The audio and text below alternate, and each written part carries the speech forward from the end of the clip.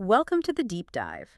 We sift through the sources, cut through the noise, and bring you the important bits. That's right. And today, we have something, well, pretty radical for you to think about.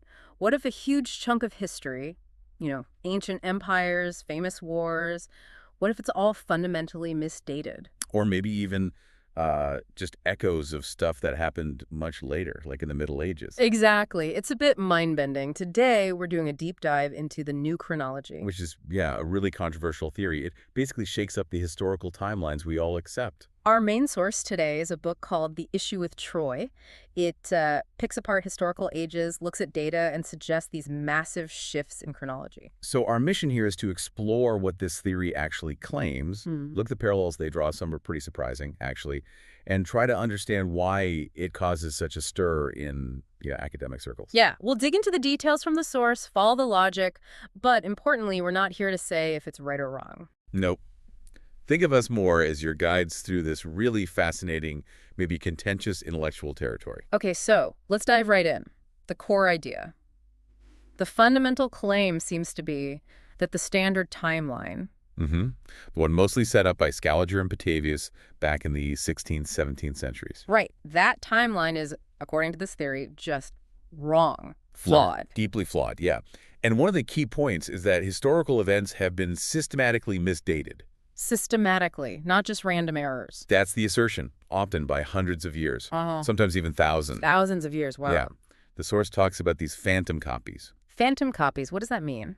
It means they think medieval events were somehow taken, maybe misread, maybe deliberately shifted, Okay. and then presented as being much, much older, like ancient history. And they have a mechanism for how this happened. They point to certain numerical shifts appearing again and again. Things like multiples of 333 years or 360 years. They see these as clues to a system behind the misdating. Okay, give us an example, a concrete one. Right, so the source points to the Tarquinian War, Wow. supposedly from Rome's early days, 6th century BC. Yeah, legendary stuff. Well, the theory says that's actually the same event as the Gothic War from the 6th century AD. Wait, BC to AD? That's a huge jump. Exactly. A direct 53-year shift. They argue it's the same conflict, just duplicated in the history books. So the bigger picture implication here is what? It means events we think are totally separate, centuries apart, might actually be the same event, just showing up multiple times in our records under different names. History kind of compressed. Okay, that's already a lot to chew on. But then it gets even wilder, right? The Trojan War. Oh, yeah. This is probably one of the most audacious claims, the famous Trojan War. Traditionally 13th century BC, Homer, Achilles, all that. Right. They argue it's actually a reflection, another phantom copy of the Gothic War in the 6th century AD. That's what, an 1800-year shift? Approximately? On that, yeah. It's massive. So how do they even start to make that connection? It seems completely different. Well, they focus on similarities they see as too striking to ignore, like the Casus Belli, the reason the war started. Oh, okay. It's consistently about the dishonor or death of a high-profile woman. You've got Helen in the Trojan War. Right. Lucretia in the Tarquinian War. Which they link to the Gothic War. Exactly. And Queen Amalasuntha in the actual Gothic War. They say this pattern repeats. Okay, that's one point. What else? The main characters, too, they're presented as doubles. Doubles. Yeah. Achilles, the great Greek hero. They identify him with Belisarius. The medieval Byzantine general who fought the Goths. The very same. And also with Valerius from the Tarquinian War narrative. Even Julius Caesar gets pulled into the comparison for the 1st century BC Roman conflicts. And Hector, the Trojan prince. He becomes Vitiges, the Gothic king Belisarius fought against. It's like this recurring cast across different historical plays. Okay, that's conceptually interesting. But what about evidence, beyond just parallels and stories? Well, they bring in linguistic and architectural points, too. The Trojan Horse, for instance. Iconic image. What about it? They suggest it's not a wooden horse at all. It's a metaphor, or maybe a misreading, of an aqueduct. An aqueduct. They point to the Latin words equa means horse, and aqua means water. Very similar. And they argue a huge aqueduct, like the Valens Aqueduct in Istanbul, Okay. could easily be described metaphorically by ancient or medieval writers as a gigantic animal, or maybe a gray object, bringing water into a city under siege. It changes the whole story. That is a different take. And geographically, where do they place Troy? Not necessarily where traditional archaeology points. They identify Troy with Constantinople, which was called New Rome, and also Naples, another new city, or Neapolis. And they have visual evidence. You mentioned that. Yeah, they point to medieval miniatures, illustrations, pictures that supposedly show the Trojan War. Mm. But the warriors are in full medieval plate armor. Not Bronze Age gear. Nope. And the ships look like Venetian galleys, not ancient Greek vessels. They even show pictures of Trojans apparently casting huge bells for Christian churches. Bells. That's definitely medieval technology in context. Right. So the argument is these depictions reflect the actual time period of the events, which they say is medieval. This also brings up questions about Homer, doesn't it, if the war was much later? Exactly. The theory highlights what they call the strange fate of the Iliad and Odyssey. Homer, supposedly blind, living centuries after the war. His poems supposedly weren't written down for centuries more. And then they only really resurface in the West in the late 14th century AD. It seems like a very fragile transmission. So what's the alternative they propose? They contrast Homer with these Latin texts by Dares and Dictys.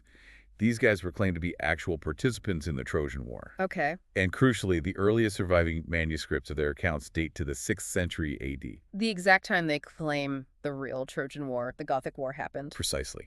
For the new chronology folks, that timing is key evidence. Okay, so this redating these parallels, it doesn't stop with Troy, does it? What about Rome itself? No, it definitely doesn't stop. They extend this whole phantom reflection idea to the Roman empires. Plural, empires. Yeah. They talk about the first Roman Empire, which is regal Rome, like 8th to 6th century BC. Then the second, the familiar empire, from the 1st to 3rd centuries AD. And the third, the later Roman Empire, 3rd to 6th AD. Okay, 3 Roman empires in the conventional view. Right. The theory proposes that all 3 of those are actually duplicates or phantom reflections of later medieval empires. Which ones? Specifically, the Holy Roman Empire, mostly 10th to 13th centuries AD, and then the Habsburg Empire, running from the 14th to 17th centuries. So you're saying they collapse basically all of ancient Roman history into reflections of the Middle Ages and early modern period. That's the core argument, yeah. It's a massive compression. Which means figures like Julius Caesar, Sulla, Pompey, from the 1st century BC. Under this theory, they become doubles of medieval figures from the 12th or 13th centuries AD. And you mentioned visual evidence again. Caesar in armor? Yeah, there's a specific 14th century miniature they point to. It shows Julius Caesar, clear as day, depicted as a medieval knight in full plate armor, jousting helmet, the works. Which would make sense if the artist was painting a contemporary figure they called Caesar, but not if they were depicting someone from over 1,000 years earlier. Exactly. That's the interpretation. And does this doubling apply to other figures too? Oh, definitely. Think about powerful women in Roman history. Julia Maesa from the Severan dynasty, or Amalasuntha, the Ostrogothic queen we mentioned earlier. The theory links them to a figure named Marozia, a 10th century noblewoman who apparently held huge power in Rome, even appointing popes. A medieval parallel for powerful ancient women. Okay. And the military leaders? Belisarius? Belisarius and his contemporary Narses, another key Byzantine general. They're paralleled with Charles of Anjou, who was a major power player in 13th century Italy and Sicily. Right. And there's a really specific linguistic detail they bring up about Narses. He was known as a eunuch. The Latin word is orbator. Okay. The theory suggests this got confused with the word orator, meaning speaker, which was applied to Cicero. How? The words aren't that similar. Their argument hinges on ancient writing styles, particularly unvocalized texts. They claim that without vowels, the consonant structure, maybe something like CCR for Cicero and CCRN for Narses, could have been similar enough for later scribes to misinterpret, essentially splitting one figure or description into 2 separate historical characters. That's intricate. Does this redating apply to, like, non-human events, too? Natural disasters? Yes, even Vesuvius isn't safe. The famous eruption that buried Pompeii usually dated 79 AD. Yeah, everyone knows that date. Well, the new chronology argues it was actually a much later medieval event. Specifically, maybe the eruption in 1500 AD, or possibly one in 1138-1139 AD. It would explain, they say, why many artifacts found in Pompeii look surprisingly medieval, or at least not definitively from the 1st century AD. Things like window panes, certain tools, even some artwork styles. Okay, and what about intellectual figures, the big names of ancient thought? They get redated too. Ptolemy, the great ancient astronomer. So call it as Ptolemy. He's viewed as possibly a 16th or 17th century figure. They point to a portrait by Albrecht Dürer the Renaissance artist, Mm-hmm. showing Ptolemy wearing a silk hat. Which is definitely not ancient fashion. Right. Then there's Vitruvius, the Roman architect. The Architectura, 10 books on architecture. Exactly. He's identified as a duplicate of Alberti, the 15th century Italian Renaissance architect, who also wrote 10 books on architecture. Okay, that's a striking parallel. And it continues. Tacitus, the Roman historian, is linked to Poggio Bracciolini, a Renaissance scholar known for rediscovering classical texts. Plutarch, famous for his biographies. Linked to Petrarch, another Renaissance figure often called the father of humanism. Precisely. The implication is that these famous ancient works might actually be original Renaissance creations, just attributed to fabricated ancient authors to give them authority. Wow. This theory just keeps expanding, seems to touch everything. Eurasian history, religion. It really goes there. It proposes a completely new framework for Eurasian history, centered around what they call the Russian Horde. The Russian Horde, like the Golden Horde. Sort of, but vastly expanded. They posit this huge Slav-Turk empire, dominated Eurasia before the 17th century. And who is in this horde? This is where it gets really controversial today. Yeah. They lump together groups like the Scythians, the Huns, the Goths, the Mongols. Okay, diverse groups already. And even claim that modern Ukrainians and Belarusians were all part of this single entity, this Russian horde. That has enormous implications for modern national identities and history, obviously. Huge. It basically suggests a single unified imperial past that overrides many of the distinct national or ethnic histories that are foundational to those countries today. It's politically charged, to say the least. And religion. You mentioned Christianity. Yes, perhaps the most startling claim of all. The source material suggests that the historical Jesus Christ is a composite figure. Composite. Meaning based on several figures, or perhaps primarily one main prototype. They point to the Byzantine emperor Andronikos I Komnenos, who ruled in the 12th century AD as a likely candidate for this prototype. A 12th century emperor as the basis for Jesus. That's the proposal. Yeah. And it goes further. They claim the New Testament was actually written before the Old Testament. Wait, backwards. That's what they argue. And that the entire biblical canon, Old and New Testaments together, wasn't finalized until much, much later than usually thought, maybe around the Council of Trent in the mid-16th century. So if Jesus is potentially a 12th century figure and the Bible's much later, what about the locations? Jerusalem? Rome? They get renamed too. Jerusalem, Rome, even Troy. They argue these names often refer to the same place or concept, New Rome. Which they usually identify with. Constantinople. Yeah. Or specifically, Euros Castle on the Bosphorus near Constantinople. And the Temple of Solomon. They claim the Hagia Sophia is the Temple of Solomon. Hagia Sophia in Constantinople. Yes, and that Solomon himself is actually a reflection of the Ottoman Sultan Suleiman the Magnificent from the 16th century. Suleiman the Magnificent is Solomon. That's the identification they make. And Rome itself becomes less a specific city and more a sort of placeholder name used by this proposed empire for its various capitals or important centers across different times. So Rome could mean ancient Alexandria. Or Constantinople. Or modern Rome in Italy. Which they claim wasn't even founded until around 1380 AD by Aeneas, another figure pulled from legend into a much later period. And even Moscow. Yes, Moscow as the third Rome. It's a radical reinterpretation of geography, religion, and empire. Okay. It's a massive all-encompassing theory. It rewrites pretty much everything. It really does try to. But as you might imagine, and as you mentioned, it's hugely controversial. It faces serious pushback. So what's the mainstream view? Why isn't this taught in schools? Right. Well, the overwhelming consensus in mainstream history, archaeology, linguistics, you name it, is that the new chronology is incorrect. It's widely rejected. What are the main criticisms? Why is it rejected? It's often labeled pseudoscientific, or sometimes less kindly, esteemed nonsense. Critics accuse its proponents of several things. Like what? Like altering data or cherry-picking facts that fit the theory while ignoring mountains of evidence that contradict it. Okay. Confirmation bias, essentially. Yeah. And creating artificial correlations. Finding superficial similarities between things that are actually vastly different while ignoring the huge dissimilarities. Any examples of that? Well, critics point to comparisons like the one sometimes made between Jesus and Pope Gregory VII. They might share one or two minor biographical details if you squint hard enough. But the fundamental differences in their lives, contexts, and documented histories are enormous and just get ignored. And what about the dating methods? The theory seems to just throw them all out. That's a huge point of contention.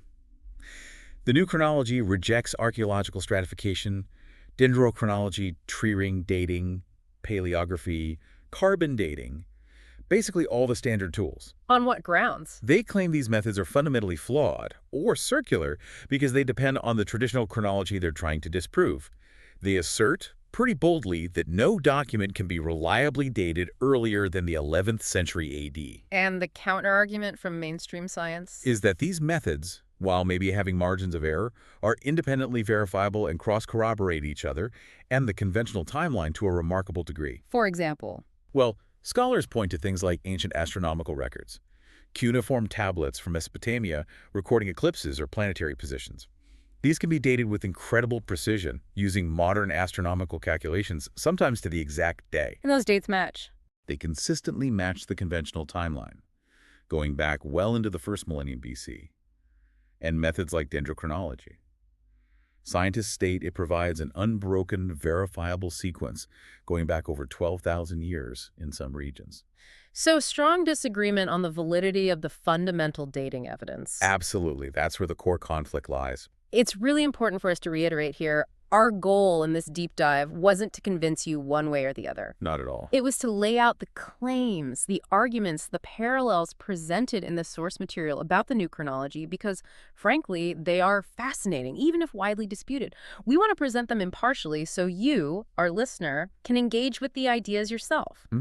It's definitely a different way to look at the past. So wrapping up this deep dive into the new chronology, it certainly gives you a unique lens, doesn't it? A different way to view human history. Yeah, whether you find any of it convincing or, completely out there, it absolutely forces you to think about how we know what we think we know about history, how it's constructed. How timelines are built, how narratives are formed. Right, and it encourages you to maybe question some assumptions and just appreciate how complex historical evidence really is. It's rarely simple.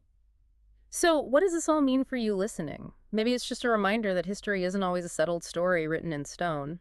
There's always more to learn, more perspectives to consider, even about things we feel we know really well. Yeah, it really makes you wonder. If a story as famous as the Trojan Horse could, even theoretically, be a misinterpretation of something like a water conduit, well, what other historical details, big or small, might be waiting for some kind of radical reevaluation someday? It's a thought-provoking question. So here's something to mull over. After hearing about these ideas of phantom echoes and massive chronological shifts, are there any historical facts you learned that you might look at just a little bit differently now?